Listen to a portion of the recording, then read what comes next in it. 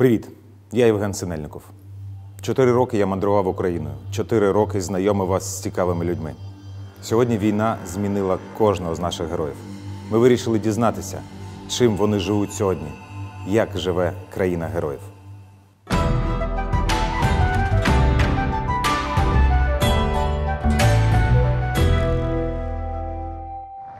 Ну що, привіт, Кам'янець!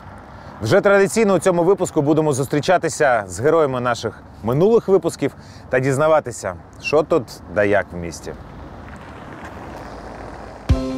Приїхали в місто ми раненько. І одразу ж зустрілись на каву з героєм нашого минулого випуску з Кам'янця, режисером та засновником кінофестивалю «Бруківка» Андрієм Зайцем. Дивились бандерівські смузі, ці уривки, щоб були. Зараз коротенькі покажу, щоб розуміти, про що я буду потім розказувати. Ага. Це щось нове? Да-да-да, ми зняли 3 тижні назад, аж 6 серій, але зараз шукаємо, щоб правильно їх розмістити в інтернеті.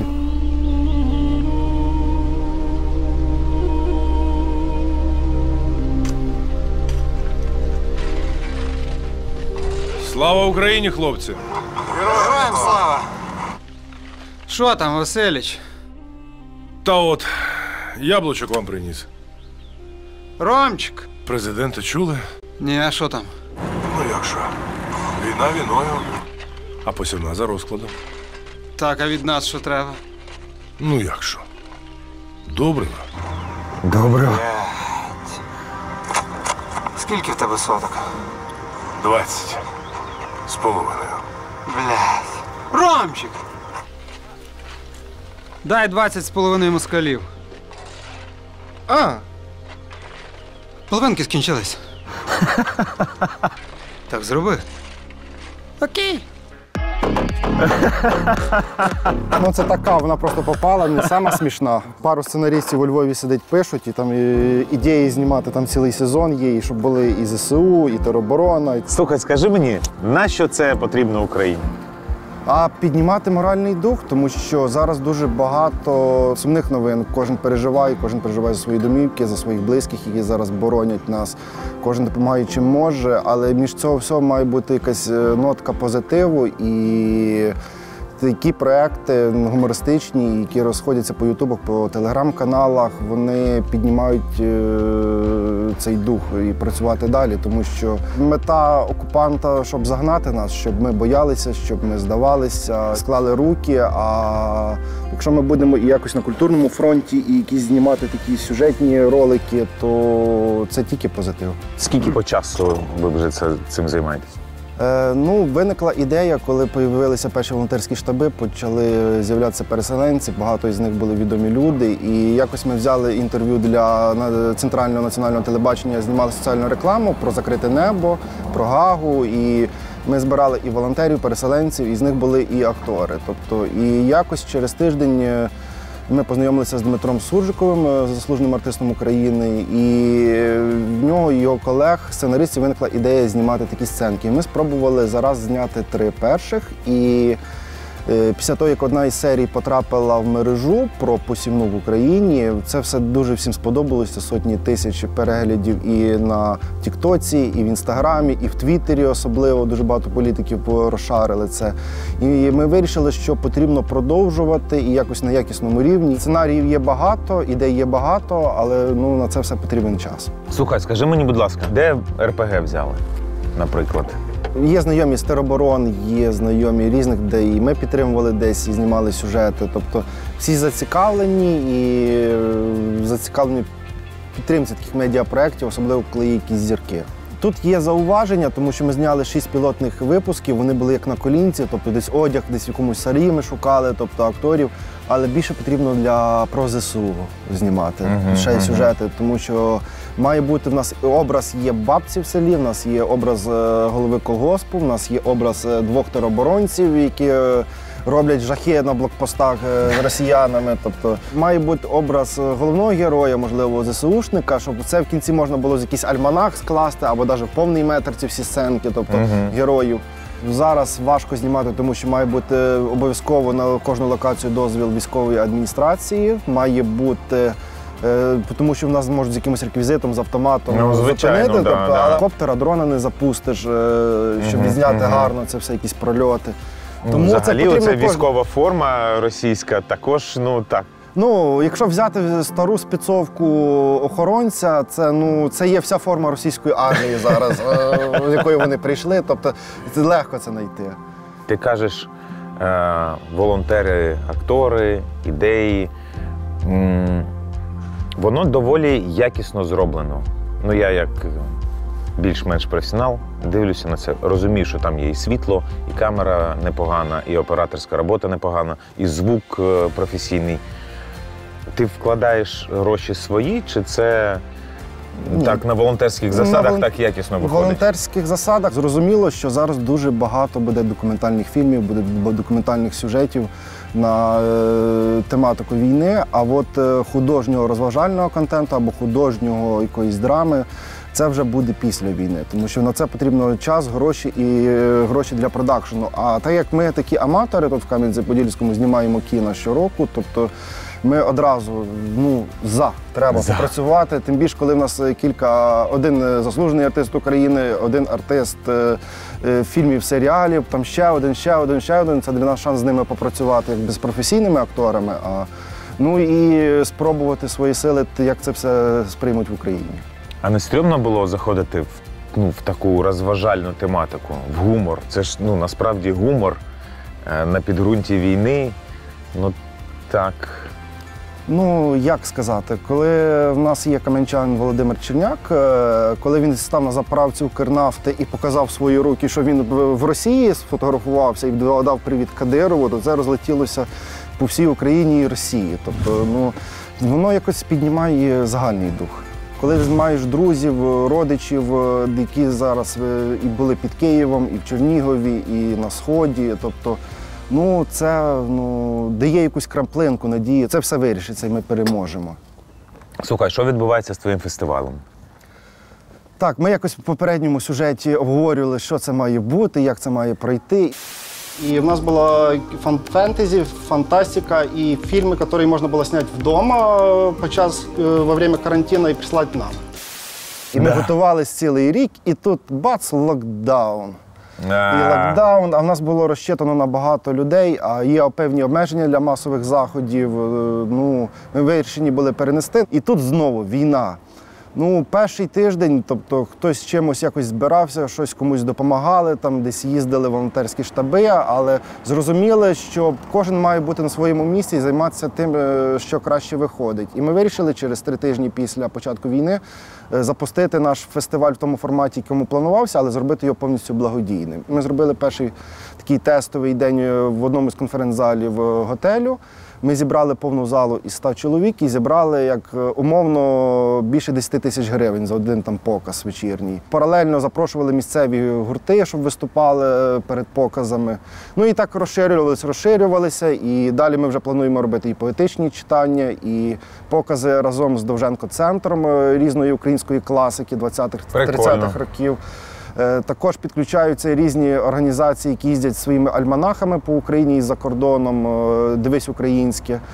І далі пробуємо. Вже є ідея для арт-виставки, залучаємо художників малювати наших героїв, які нас обороняють. Назвали нашу ініціативу «Культурний фронт», тому що, як на одному із мистецьких фестивалів це звучало, що мистецтво – це наша зброя. В чому сила культурного фронту? Не от твого культурного фронту, а взагалі? Культура – це є частина національності, частина нації. Ми знаємо, як В'єтнамська війна вплинула на розвиток культури і кіно в США. І дивимося, як зараз ця війна впливає в нас. Тому що українська ідентичність і ідентичність ця в кіно, і культурі і мистецтві, вона стає сильнішою, тобто і розвиватися. Якби 20 років назад ми більше приділяли уваги нашій культурі і нашій освіті, і нашому мистецтву, і навіть в тих східних регіонах, і в Криму, то цього всього навіть і не було б в 2013-2014 роках, не було б це зараз. Тому що ми були б єдині сильні. Друзі, а зараз невелика корисна інформація. Хочу порекомендувати вам український сервіс онлайн-страхування Hotline Finance. Він може бути корисним, якщо ви чи ваша родина виїхали за кордон на авто. Щоб їздити за кордоном на авто, обов'язково потрібно мати автостраховку. Але зовсім не обов'язково переплачувати за місцеву страховку та й взагалі шукати, де її можна зараз купити.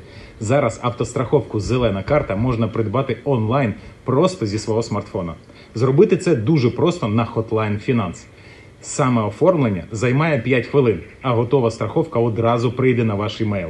Вона повністю законна і за потреби її достатньо показати зі смартфона.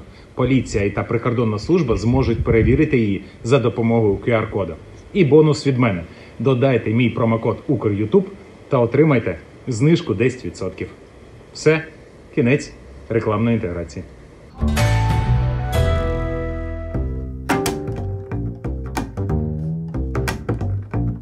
Ще одні наші герої з минулих випусків, які займаються насправді їжею, але зараз займаються всім, да? Наскільки я розумію? Да?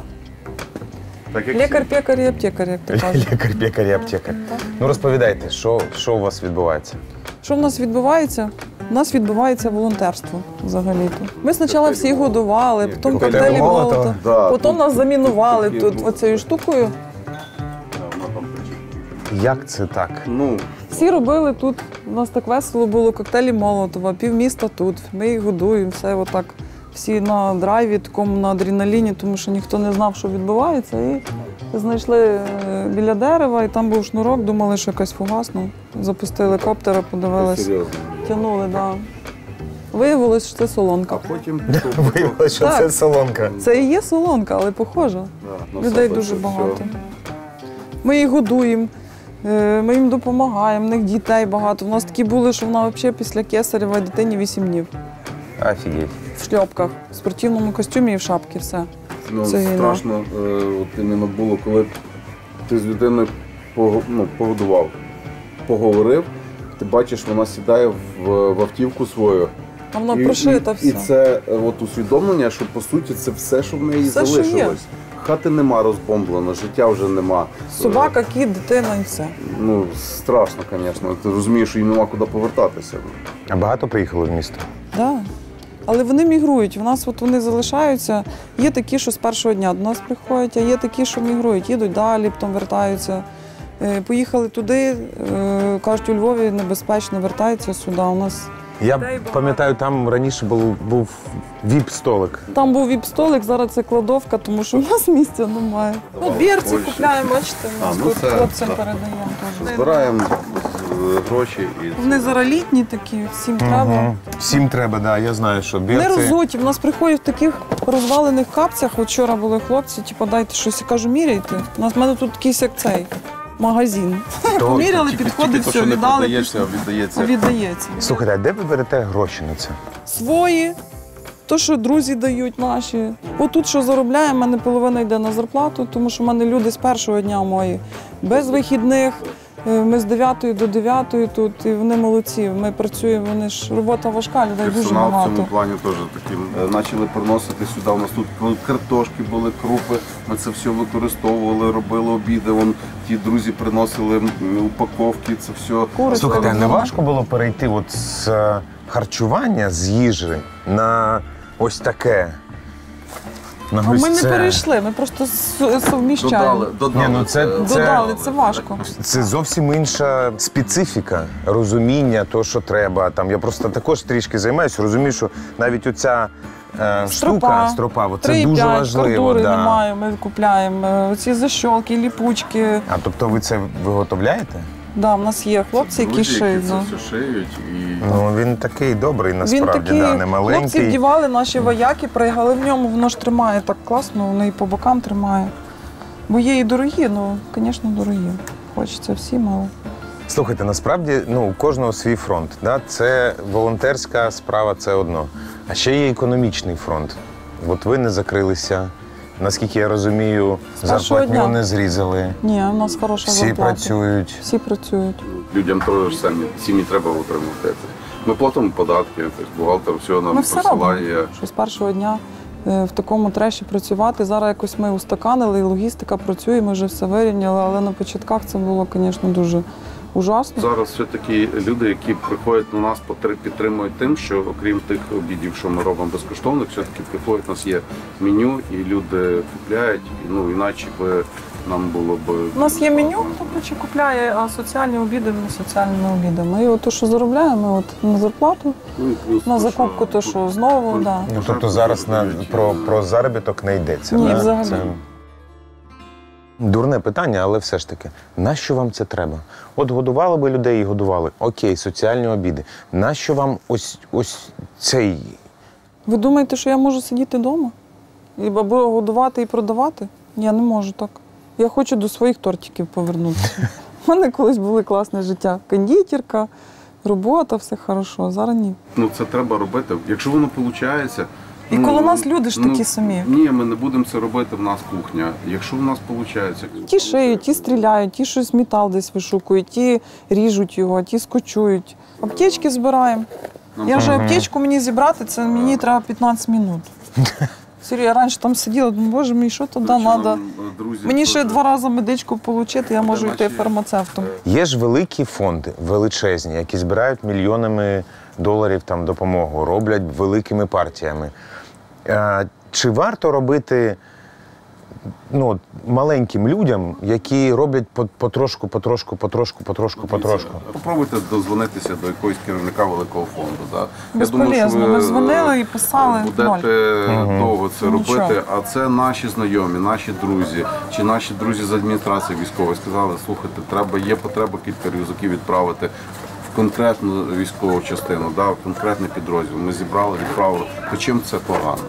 Якщо ми зараз можемо це тут локально зробити таку річ, Просто багато людей сидить і думає, що я один зроблю? Один там бронежилет, що це змінить? Це врятоване змінить? життя. Це хіба мало? Це ціле життя. Оця війна, це погано зараз, але це буде поштовхом для розвитку України? Думаю, так. Да. Це буде шикарний поштовх. По-перше, Україну вже знає і підтримує весь світ. Ви ж знаєте, що в кожному місті за кордоном їхні прапори висять, і майже в кожному місті висять українські. Дуже багато людей з'явилось, про яких ти навіть подумати не міг. Приходить Саня, знає, завтра їде, раз тобі там 2000, ти такий, спасибо. Почекай, зараз приїде, там привіз півбуса картошки, ми їх раз розподілили по на ресторанам, обіди. хто там готує, дівчатам від людей, яких ти пороздавав. навіть не очікував якусь допомогу, вона приходить. І оця війна ще в цей момент показала, що дуже багато людей, які були, просто не стане. Багато людей вже вважають, що не важливо, що в тебе є машина чи будинок, зовсім інше. Оцей погляд, і вони розуміють, які вони хочуть стати, і що для них цінне – це сім'я, життя. Я думаю, що це свобода. Свобода, да. Нас узнав весь світ. Всі знають, хто така Україна.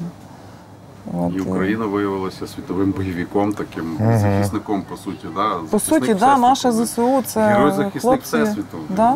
По суті, да. Правда, що коли щось робиш, стає легше? Ну так, да, це моторика, вона заспокоює. І ти потрібен. Це правда. Збираємо зараз машину на Луб'янку, цю, там, де немає. І в нас отако. Ті муку привезли, ті привезли гречку, ті привезли олій, ті генератор, тушонки. Все звозимо. І от в понеділок ми теж грузимо туди. Я вже така ходжу, думаю, все, людям хоч допоможемо. Хоч чимось. От від цього енергія. Ми вже стільки роздали, і я така довольна, що ми щось віддаємо. Зараз дуже багато людей збирають там в Фейсбуку, в Інстаграмі якісь збори коштів ідуть. Як звичайному українцю відрізнити, це нормальний збір, а це якесь... Це питання. Ми звідти даємо, що ми віддаємо? Збираємо на метеостанцію віддали, зібрали. Збираємо там то-то, ми віддаємо. Нас і люди ті, що бачать, да, вони розуміють, куди воно йде. Якщо ми збирали там медично на Миколаїв, то ця людина прийняла всі ті коробки, що нам привезли, зробила відповідну доповідь, ми всі про це виставили пост, все, що так. от ми прийняли з Кам'янця-Подільського. І люди на розуміють, взяли, що воно нормально. пройшло і десь воно там на якомусь OLX не випливо.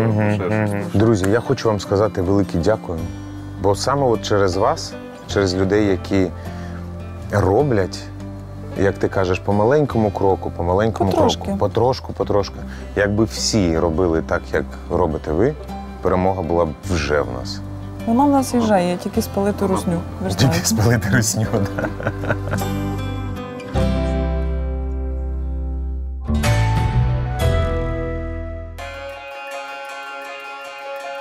Наразі ми знаходимося в приміщенні громадської організації «Жіноча сотня» місто Кам'янець-Подільський.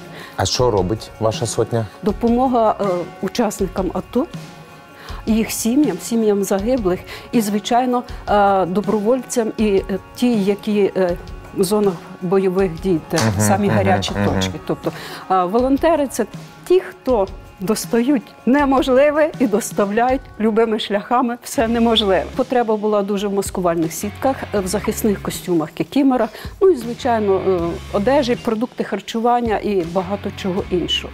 Тому жінки ми згуртувалися, стали до праці і знайшли себе саме в виконаннях такої роботи, допомоги нашим захисникам. Це добровільно, хто скільки може, стільки вкладається. Хто більше, хто менше – це право людини. Ми координуємо свої дії по всій Україні з усіма батальйонами, тобто ми знаємо чітку картину потреби для наших захисників. Тобто, ми координуємо кожен коли день. воно потрібно, да, і саме туди воно відправляється? Тільки туди, з рук в руки. Приблизно, скільки часу треба? Оце ж воно вже зроблено, так? Да? 100 квадратних метрів. 3 дні 100 квадратних метрів? У вас руки не болять? Болять. Болять. Болять все, так? Да? І порізані, і мозольчики на пальчиках, тобто все є. І надихаємося цим всім, тобто є алергічні прояви.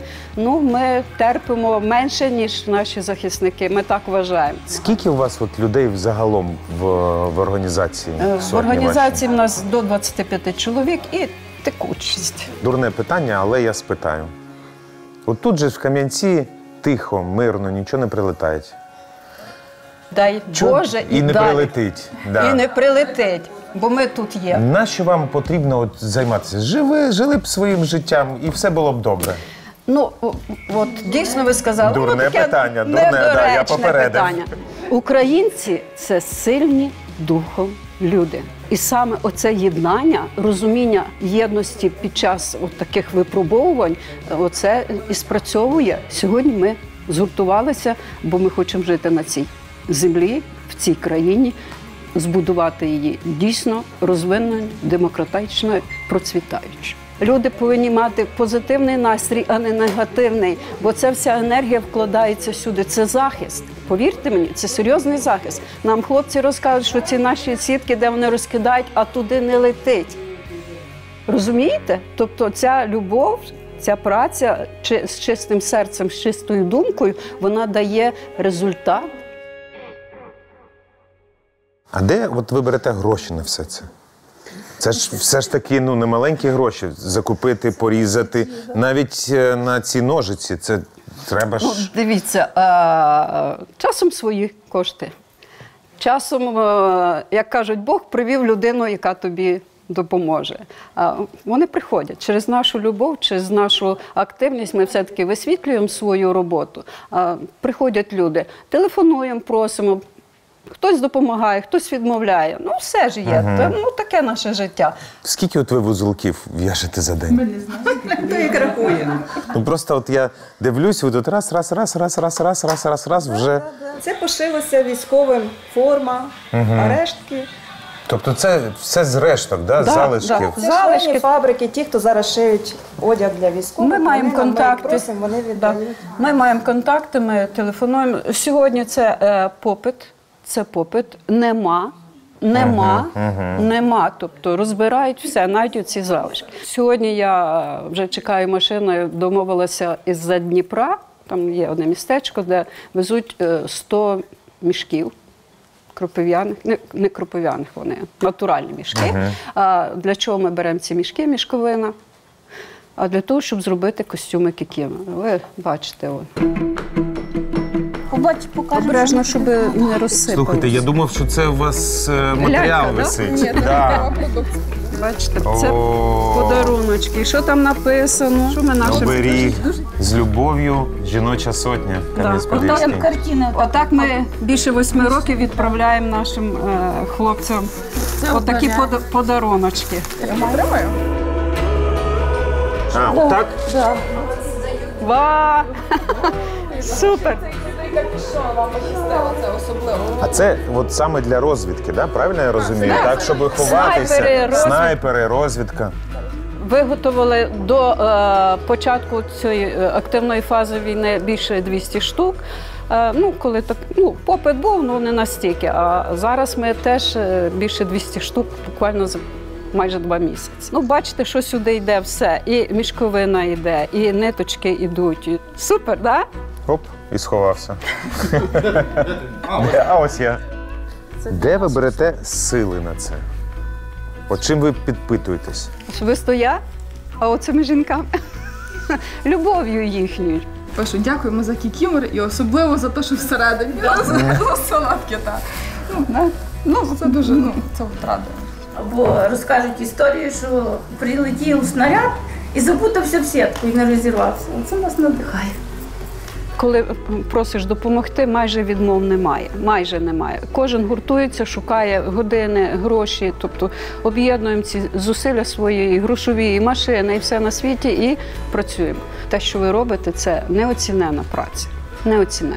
Її ніхто не оцінить, а тільки Бог і ми з вами. Тобто ми себе цінуємо і бережемо. Так? Ну і снайпери, я думаю, оцінять. 100%. Знаєте, я вам бажаю, щоб ніколи, щоб от зараз ви закінчили цю сітку і більше не було потреби. Хай так і буде. Хай так і буде, за вашими словами. Багато людей з бізнесу, бо я теж людина з бізнесу, запитували, що робити, що в 2014 році. От як? Який вихід? Я кажу, ви ж знаєте, що вихід один. Іди і роби свою роботу ту, яку ти вмієш найкраще. І це завжди спрацьовує. У всі періоди, повірте мені. Вставай і роби свою роботу, ту, яку ти вмієш найкраще. Іди і роби. Тому ми кожен робимо свою роботу. Ви свою, ми свою. Додивився? Вставай і йди роби. А він і робить, стоїть і робить.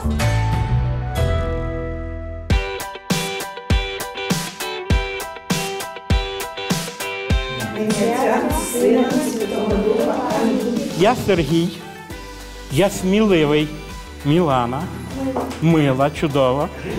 Так. Красива.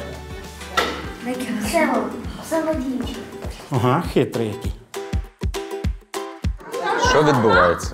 Що відбувається? Ми працюємо з дітьми тимчасово переміщених осіб. Різні діти. Маріуполь, Донецька область, Київ. Займаємося з ними цікавими іграми, даємо можливість їм заповнити своє дозвілля. Багато їх, так? Тут близько 30 сімей, тобто дітей багато.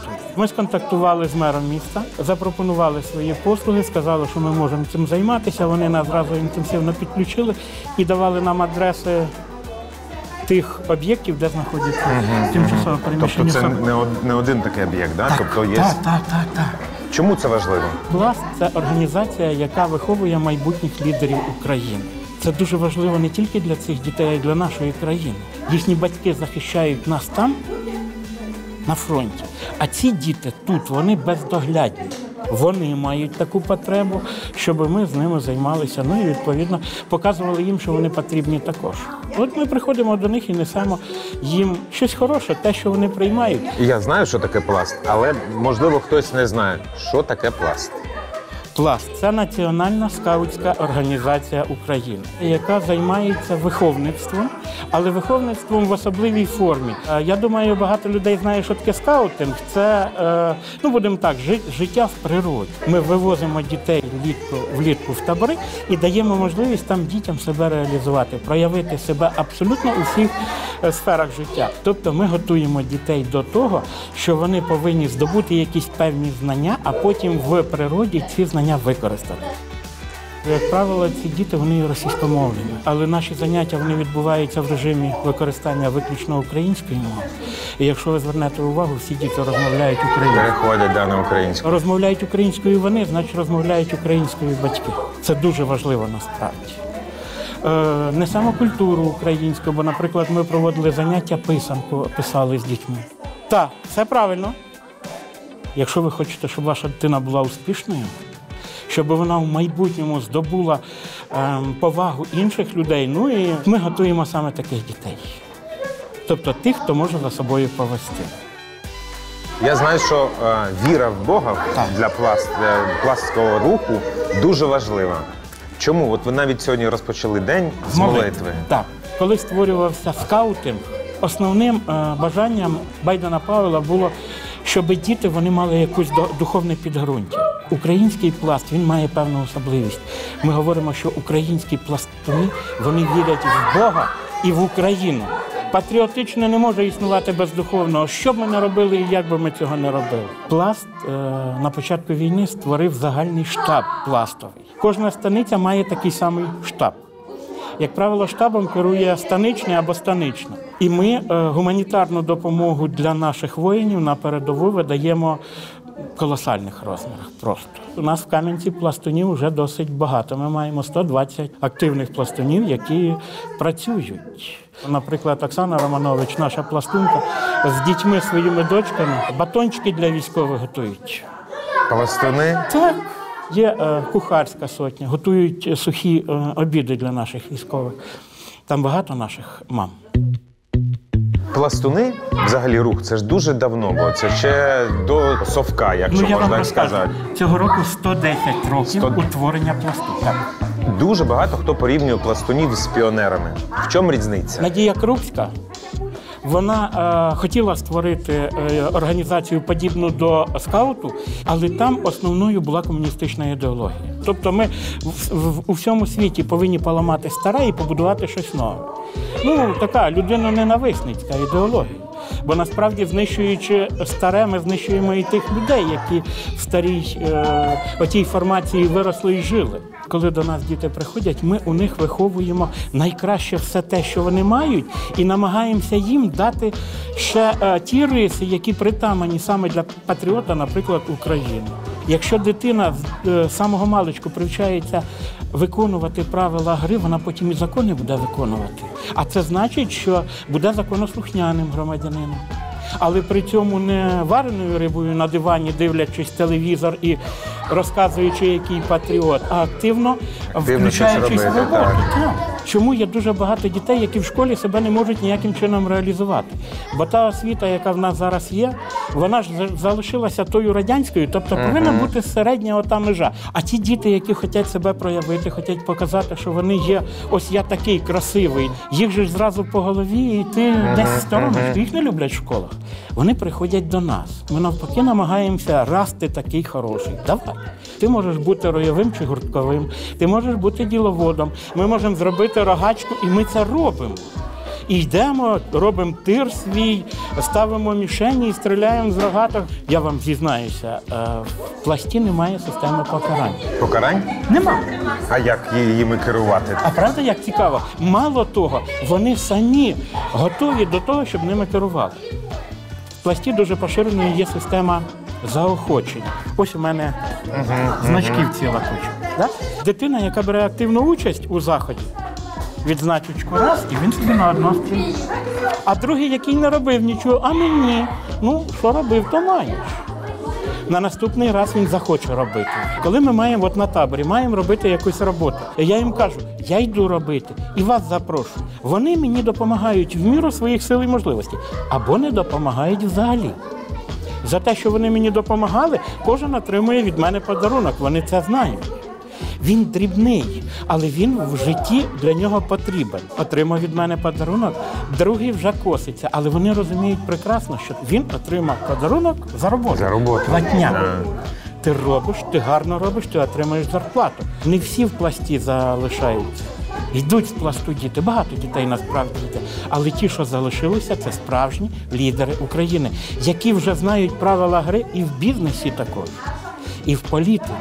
У нас є певні обмеження стосовно здорового способу життя. Тобто вживання будь-яких речовин, які є шкідливими.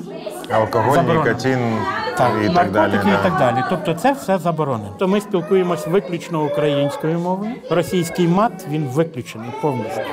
У нас є 5 уладів. Улад – це вікова група. Наймолодший, утворений зовсім недавно, улад – це пташата від 0 до 6 років. Вони носять білу хустинку. Далі наступний від 6 до 11 – це новаки. Жовта хустинка. Я є виховником новаків. Наступний улад – це від 12 до 18. Це юнаки. Виховник тільки направляє їхню роботу, а вони в гуртку, в малій групі працюють самостійно. Це дуже важливо. Далі наступний рівень – це старші пластуни. Тобто старше 18? Від 18 і зараз до 30 років. Ага. Це люди, які формують своє життя, своє майбуття, кар'єру свою будують і так далі, але пласт вони не полишають. Бо вони народжують дітей, і цих дітей вони тут же долучають до пласту. Мене в пласт наша станична затягнула фразою, яка мене вразила до самого мозку. В неї 6 дітей. І я їй кажу, в тебе що, немає роботи? От 6 дітей, тож з ними не... А вона каже, ти не розумієш. Їду, одяг, я їм дам. А хто їм дасть духовне? Я в пласті тільки тому, що я для своїх дітей створюю комфортне середовище. Я теж хочу створювати, ну як не для дітей, то для внуків своїх, комфортне середовище. І я тут. Де ви берете сили на це? Вони дають. Ось, оці діти. Я, мабуть, вампір енергетичний. Так? Бо я від них забираю оту їхню енергію, яка направлена на якусь шкоду. Вони її з радістю віддають насправді. І, відповідно, я свою енергію віддаю їм також. Але роблю це добровільно, і коли відбувається такий обмін, сил тратити не потрібно. Самий старший улад, вони називаються сеньори. Ось я сеньор. Це більше 30. Так. А так як я прийшов, мені було 45, я вже зразу одночасно став сеньором. Це коштує якісь гроші? Так, кожного місяця ми сплачуємо вкладку. В кожній станиці вкладка своя. Своя, так? Так. Наприклад, станиця Київ, в них в межах сотень гривень. От у нас в Кам'янці 70 гривень. Ну це зовсім недорого. Щомісячно. Гарантовано ви маєте 4 заняття, бо ми з маленькими дітьми займаємося раз в тиждень. Годину-півтори. Ми даємо щось дітям, і от розділіть цих 70 гривень на 4. Ті кошти, які прийшли, ми закупляємо нашивки, однострої для дітей, хустинки і так далі. Виявляється, навчати дітей в грі – це просто. Наша освіта, яка зараз вона існує, її треба, як казав Ленін, поламати. Все нове має бути, так? Абсолютно. І ми повинні об'єднувати, ми повинні брати з різних систем освіти краще. І з того кращого робити своє. І ґрунтуватися освіта повинна не на якихось там ефемерних, якихось, я не знаю, думках того, хто реформу проводить, а на культурі українській. Ми повинні українське нести дітям.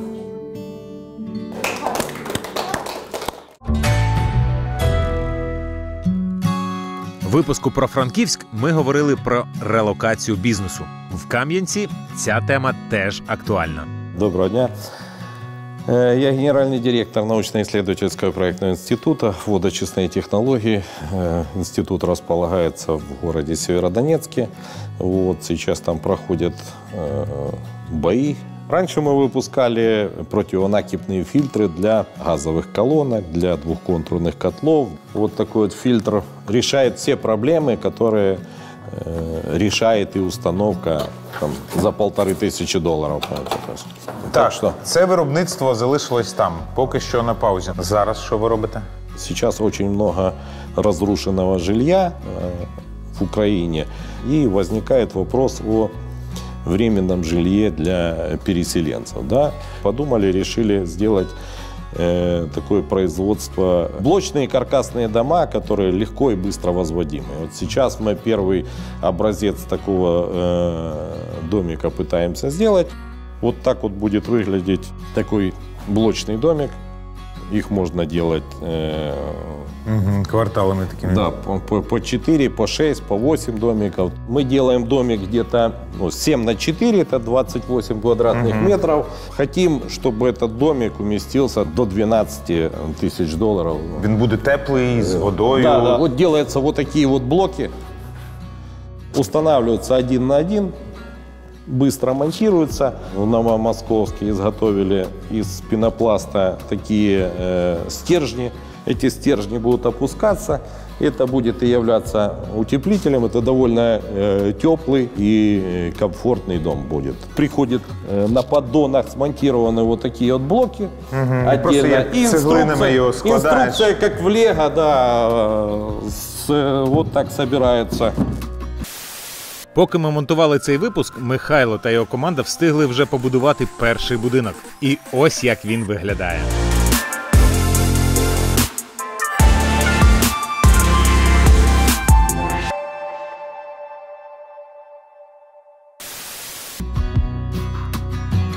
Мы хотим обратиться к мэрии, мы хотим к областным органам, показать свою продукцию, показать то, что мы умеем, и в дальнейшем как-то в тандеме работать это все.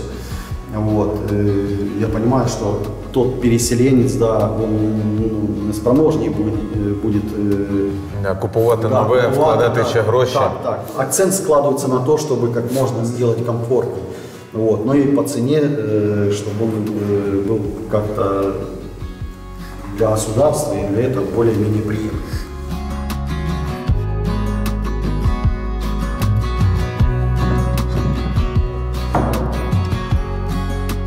Насправді дуже цікава ідея.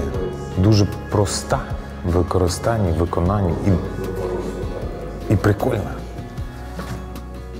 Склав будь-якого розміру, будь-якої форми. Лего. Але великого розміру.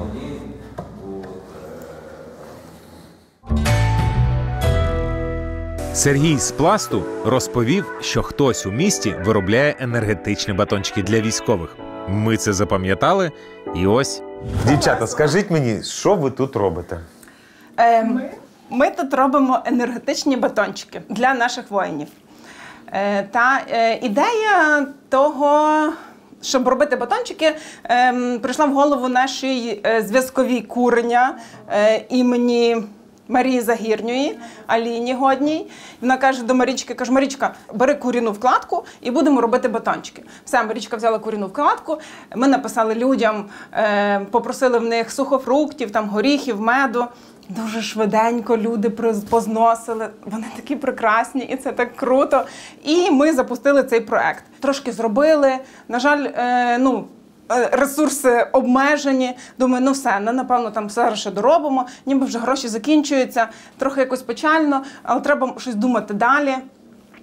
І кожен раз, коли я таке думаю, кожен раз Господь посилає дуже крутого когось, хто кидає або нам гроші на карточку. Одним словом, це прекрасно. І сьогодні знову-таки відбувся випадок. Дзвонить до мене моя колишня колежанка, каже: Оксана, ми тобі довіряємо, і дівчата, ми тут з дівчатами зібралися, ми хочемо тобі кинути. Вчора сусід прийшов: я не знаю, що купити, я вам тако дам гроші. І це просто неймовірно. Оця довіра, вона Друзі, мене просто... номер карти в описі. Так, а тепер розповідайте, що ви робите. На початку ми все перемішуємо: сухофрукти, горіхи, потім перемішуємо через м'ясорубку. І далі починається процес: це ліплення батончиків, обмакування в льоні і кунжуті. Ми звертаємо їх в маленьку зарядку, завертаємо шоколадом. Так. І в коробки пакуємо і відправляємо на... Скільки вже зробили таких батончиків? 100, 200? Кілограмів 100. Я думаю, що так. А скільки вже по часу ви робите це? Від початку війни. Від початку війни? Так. Ми не самі тут робимо. Тут постійно є люди якісь, приходять, допомагають, пластові батьки. Там немає ніяких чогось зайвого, так? Тільки натуральні, підсолоджувач, це мед, там немає якихось додаткових там зайвих компонентів. Вони спакували в кишеню і на завдання. Як ви вирішуєте, кому відправити? У нас є волонтери, які можуть подзвонити нам і сказати, о, дивіться, ми бачили, що ви робите батончики, можливо, ви не можете там трохи перекинути ось, і ми їм віддаємо.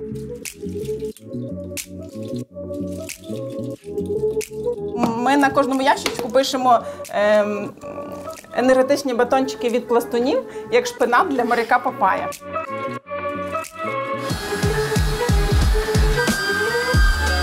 Нема нічого краще, ніж дивитися, як працюють люди. Як інший працює, так. Це така медитативна робота. Я іноді сама сідаю, просто іноді нікого немає, люди по роботах, діти на навчанні, і я сама сідаю і роблю. І це довгий процес, тому що це самому треба все зробити. Але настільки це якось емоційно врівноважує, це просто прекрасно. Взагалі ми так свій процес вже так налагодили. Саме ідеальний варіант – це 5 людей. 4 сидять, роблять, і 1 готує наступну порцію. Я думав, 1 дивиться. І зазвичай, коли ми приходимо, це десь годинки, як мінімум, на 3, іноді довше. Скажіть мені, будь ласка, а нащо вам це треба? Якось допомогти армії, тому що діти без діла. Ходять зараз класичні підлітки, просто гуляють і тусять на дворі, сенс того. Так. Таке, що втрачати. Ми не марнуємо нашого часу, ми просто любимо творити добро. Так. І все. Можна було б творити, продавати, заробляти гроші. Після війни обов'язково вже повно є замовлень.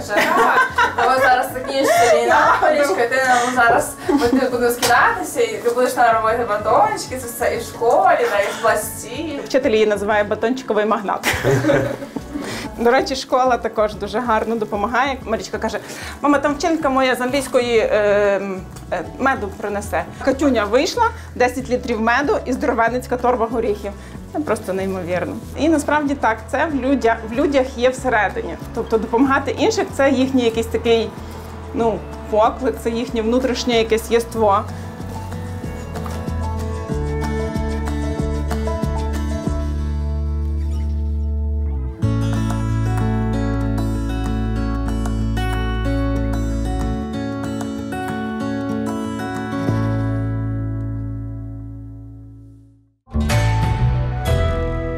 Будучи поруч, ми просто не могли не завітати в село Маліївці.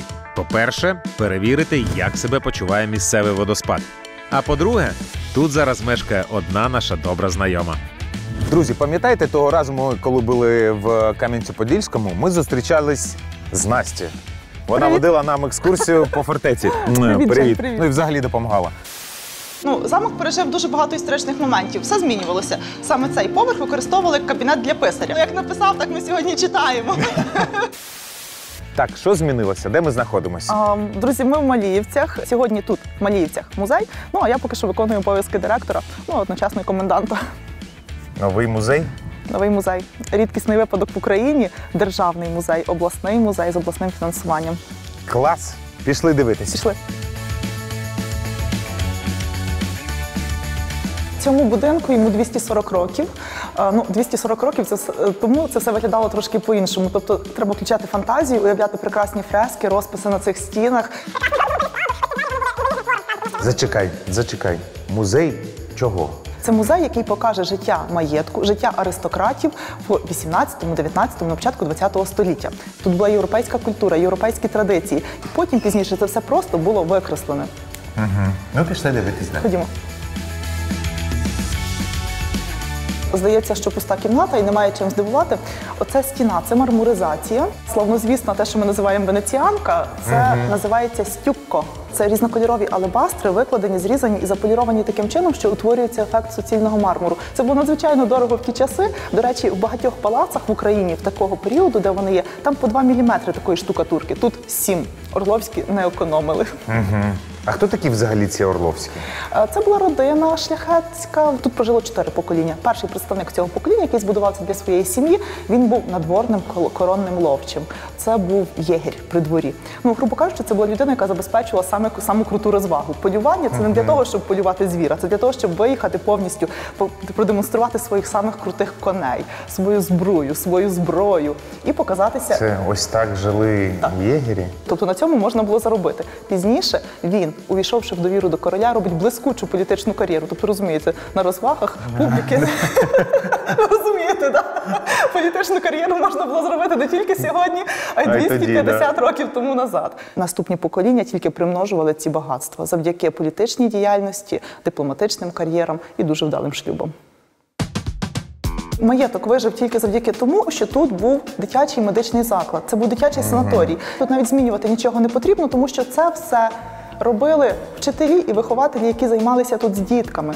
Санаторій тут був з 1945 року до 2020 року і закрився лише на часи карантину. Локдауну. Так, так. А після того так і не відчинився, я так Вже розумію. не відчинився, він був приреченим. І тільки завдяки тому, що величезна волонтерська спільнота кинулась його рятувати, ми його рік опалювали самостійно. І нам вдалося відкрити обласний музей. Це унікальний випадок для всієї України. Тобто це ще буде робитися, робитися величезна справа, да? Величезна має бути реставрація. І вже були виділені перші кошти на проекти реставраційних робіт. Ну, звичайно, що війна ці всі речі зупинила. Це жіночий будуар. Тут жінки проводили своє дозвілля, тобто жінка мала десь такий мати куточок, де вона може зустрічати подруг, займатися рукоділлям, відпочити в обідній час. Вапна в цьому будинку не було зовсім. Тобто все те, що ти бачиш побілене, під ним дуже красиві, делікатні мистецькі штукатурки. Те саме стюкко. Ти бачиш, як блистить оцей поліроль. За 240 років блиск цього поліролю зовсім не втратився. Так, тут є вже такі сучасні розписи. Тому що всі, хто побували в цьому будинку, залишили якийсь про себе слід.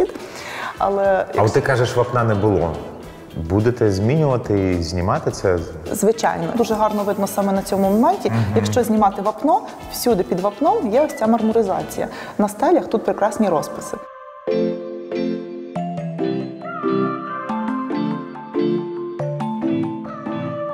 Це вже красиво. Це тут, так і було? Тут був ремонт. У 2005 році тоді силами санаторію тут провели ремонт. І, звичайно, до цих пір ця зала викликає такий заходиш, вау-ефект. Вау! Також були фрески і ще були величезні венеціанські дзеркала. Пам'ятаєш фільм «Гордість і упередження» з Кірою Найтлі? Так. От передивись його сьогодні ввечері ще раз, ти будеш пізнавати маліївців в кожному кадрі. От він нам величезною є підказкою, як тут все було. Просто той самий стиль, той самий проект. Це не означає, що вони були однаковими, але вони всюди були однакові елементи. Якщо будеш в Польщі в Лазенках, це королівська дача цього самого короля, то ти там побачиш цей зал, але в оригіналі. Слухай, скажи, будь ласка, коли ви плануєте закінчити от так, щоб вже люди їхали і дивились? З 1 січня 2022 року ми запрацювали як музей повноцінно. Ну, звичайно, що плани поки що всі поставлені на паузу, але ми продовжуємо працювати, ми продаємо квиточки і проводимо екскурсії. Тут більше йде роль екскурсовода. Від нашої розповіді залежить все. Просто, це правда, до речі. Так, якщо людина просто зайде і подивиться, скаже, ну так, штукатурочка, віпниночка, колоночки. Я знаю, що зараз це не лише музей, що тут ти приймаєш і біженців, і робиш величезну таку волонтерську справу. Розкажи про неї, будь ласка. Бачиш, завдяки волонтерам це все сталося як музей, і волонтерська діяльність не виходить з стін цього палацу. В той день, коли почалась війна, я тут почала вже годувати все зранку. І ввечері в мене вже були перші люди. Ті, хто просто мої друзі, мандрівники, екскурсоводи, турагенти. Це рятувало мене більше, ніж цих людей. Тому що в цій цілодобовій турботі про людей, в цій цілодобовій метушні я забувала про тривогу і про страх. А скільки людей пройшло? 200, більше, ніж 200 осіб. Були люди, які приїжджали о 3-й ночі, о 5-й вже їхали, просто дайте полежати і попити чогось гарячого. То ми такого і не встигали реєструвати. Ну і зараз, я так розумію, також можна скористатися цією можливістю? Ми не закриваємо двері ні перед ким. Тобто, хто б не прийшов на цей поріг, ми пускаємо. Це Таня. Вона одна з наших перших поселенок. А ви звідки? А ми з Києва. З Києва. О, і ми майже кияни. Ну, в таких досить скромних, навіть аскетичних умовах, але тут було все для того, щоб зупинитися. Набагато краще, ніж бомбосховище. І саме головне, люди дуже дякували за те, що ми їх пускаємо з тваринами. Я розуміла, що для цих людей це члени сім'ї. У багатьох була проблема. Вони казали, можна, ми, дітки, переночують на ліжечках, а ми в машинах будемо залишатися зі своїми тваринами. Кажу, то ні, звичайно, можна брати тварин сюди. Навіть в такому добровільному примусовому порядку я змушувала всіх працювати в парку. Наводити лад. На мітлу, граблі, і всі пішли працювати в парк. Люди по-різному реагували. Хтось казав, супер, класно, я переключуся. Хтось казав, я такого ніколи в житті не робив, але всі йшли і працювали. Фізичні навантаження вони якось змушують переключитися. З іншого боку, ми підтримали парк в належному порядку. Тому в нас був розпорядок. Бачите, що навіть ми не зняли, хоча вже тут залишилось тільки 10 мешканців. Тобто досі ще 10 людей живуть? Так, 10 людей живуть. –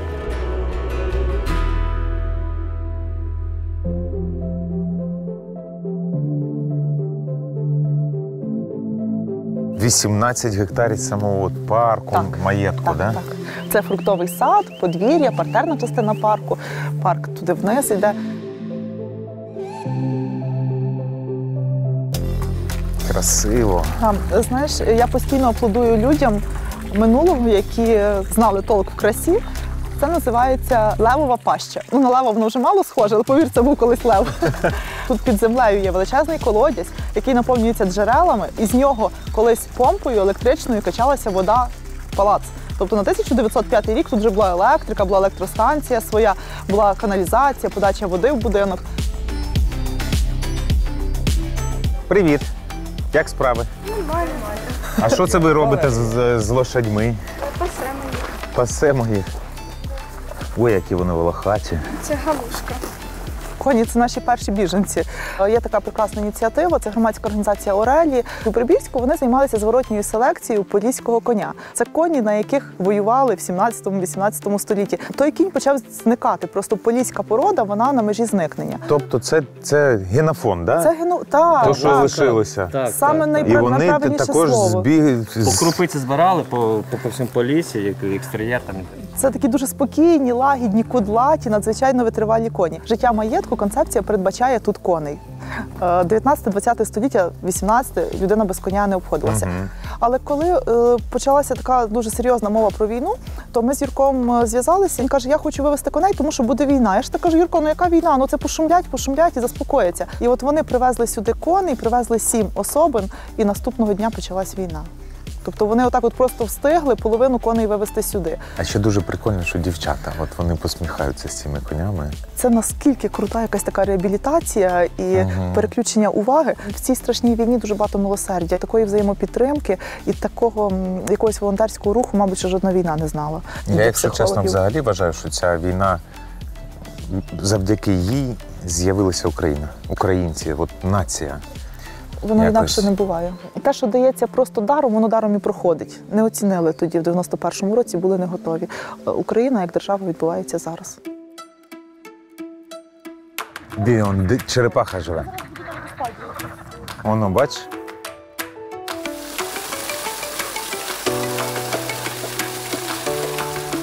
Ой, красиве місце яке. Діма, тут всередині, насправді, під водоспадом стара ікона є, хрестом, бач? Такий скальний монастир.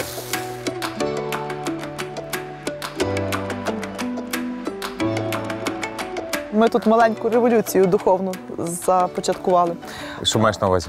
Просто справа в тому, що в селі є тільки одна церква Московського патріархату, і ми запропонували цього року освятити Паски, відсвяткувати Великдень тут, на місці древнього храму, на місці церкви 12 століття і 18 століття. Сюди прийшли перші християни 1000 років назад.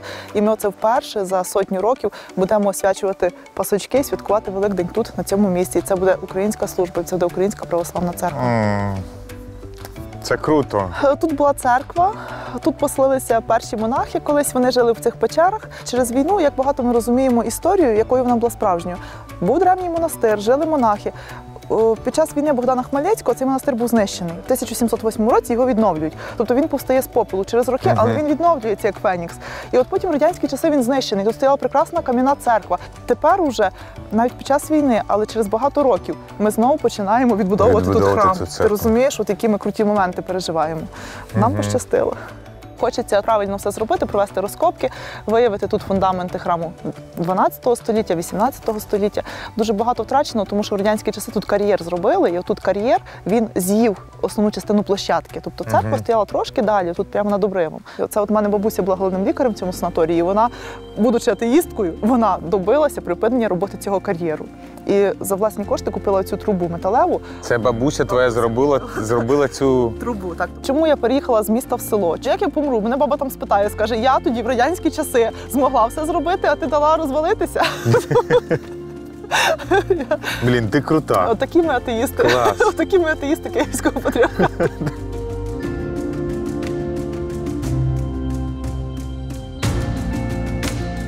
Завжди була легенда, що на Поділлі УПА не було, але ми знаємо, тут в сусідньому селі прийняли останній бій теж хлопці у Півці.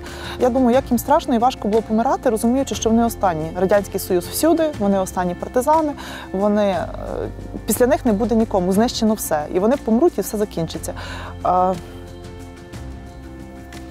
Їм було б легше, мабуть, помирати, знаючи, як сильно ми сьогодні понесемо їхні знамена. Тобто це дуже важливий момент, де ми переживаємо, правда. Ну і в кінці, як завжди, трохи висновків. Зараз важко всім. Але коли щось робиш, стає легше. Тож робіть. Робіть те, що вмієте. Робіть для нашої перемоги. Слава Україні!